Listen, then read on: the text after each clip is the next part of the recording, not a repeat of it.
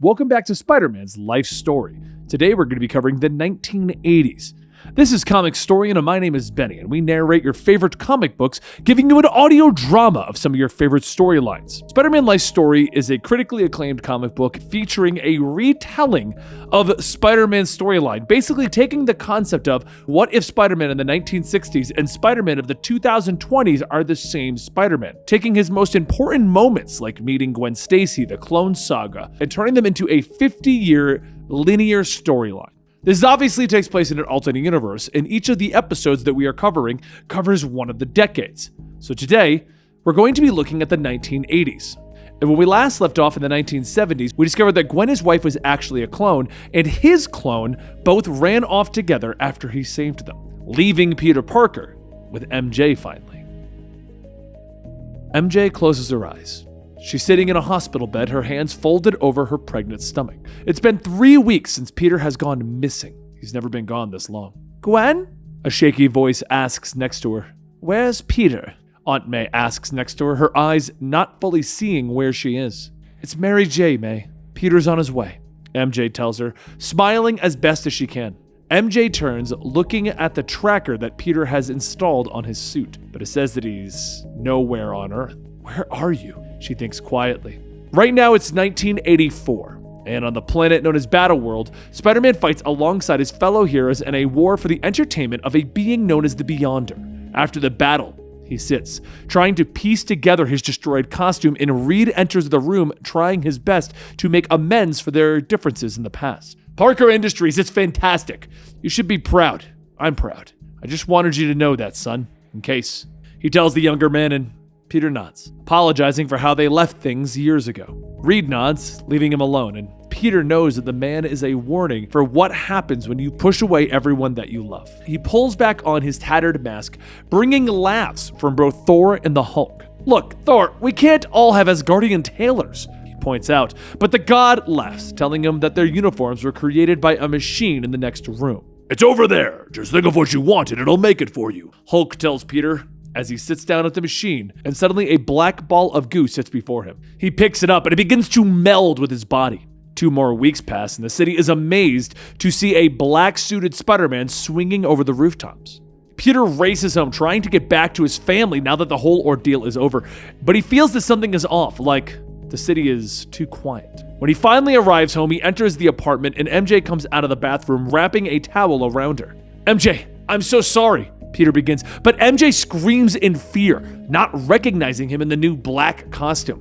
The mask pulls away from his head, and MJ stares in shock before wrapping her arms around him. "Peter, oh my God, I thought," she begins to state. Peter turns, looking at the crib that sits in the middle of the room. "Are the babies?"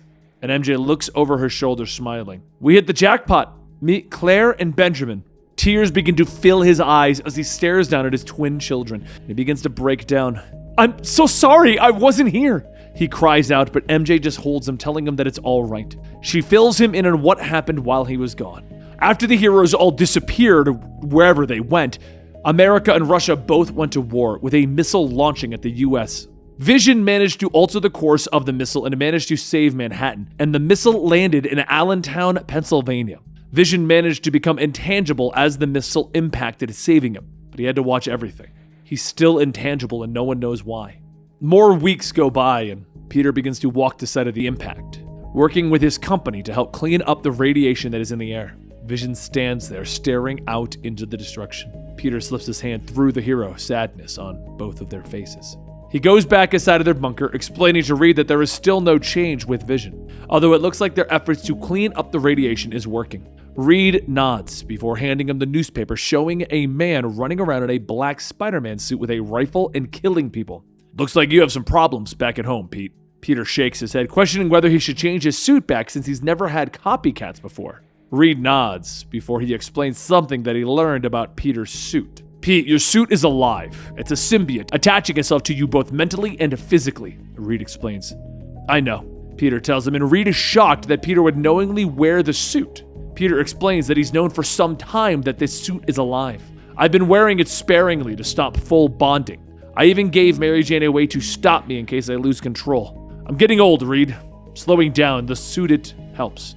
I need to stay strong to protect people, to stay relevant, Peter explains.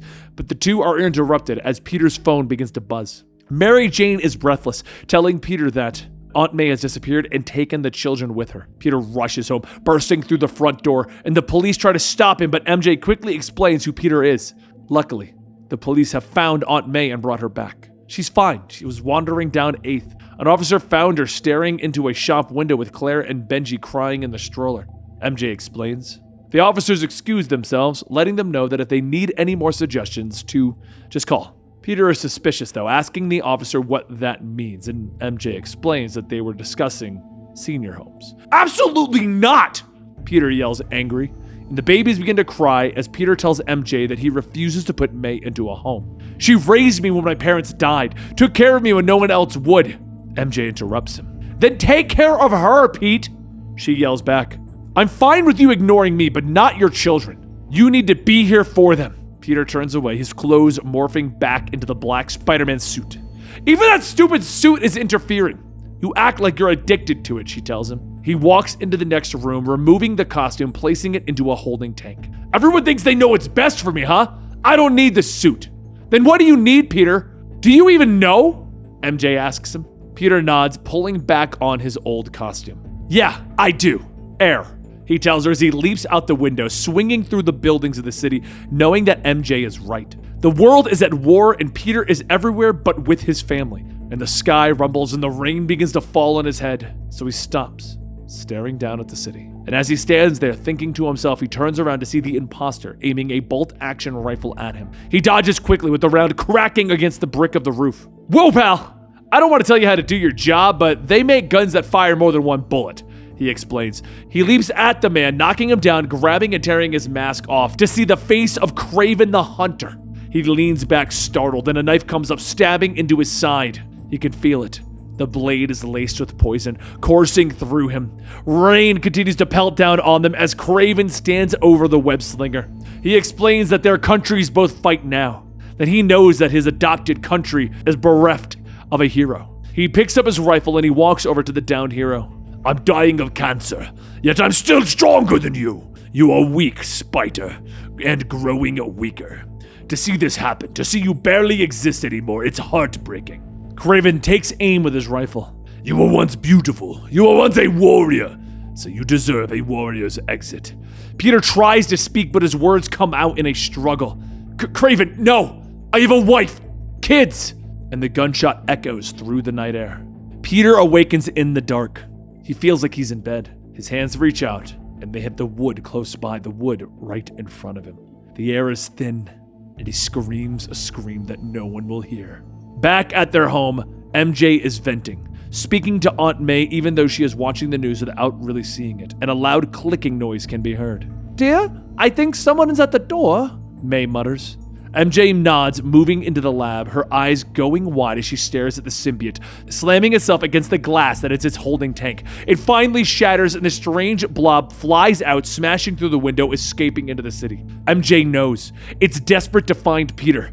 Something happened. In the cemetery, the symbiote slithers over a gravestone that marks the final resting place of Spider-Man. Beneath the earth, Peter knows that he is too weak and too old to escape, but the symbiote drills through the ground, burrowing into the earth. Moments pass as the rain continues to fall, and the ground seems to shake, ripping apart as the monster tears its way free, screaming in rage into the night. In a dark alley, a group of thugs are robbing a businessman, and suddenly Kraven is amongst them, his fists lashing out, knocking them back. One of the thugs grabs the man, putting a knife to his throat, ordering him to stay back. He pauses though, looking over the imposter Spider-Man's shoulder. Kraven looks back over his shoulder to see the monstrous Spider-Man behind him, lifting him into the air. You stabbed me! You shot me! You buried me! He bellows, slamming the man hard into the wall, hard enough to crack the brick. It's over, Kraven! I'm going to kill you! He snarls.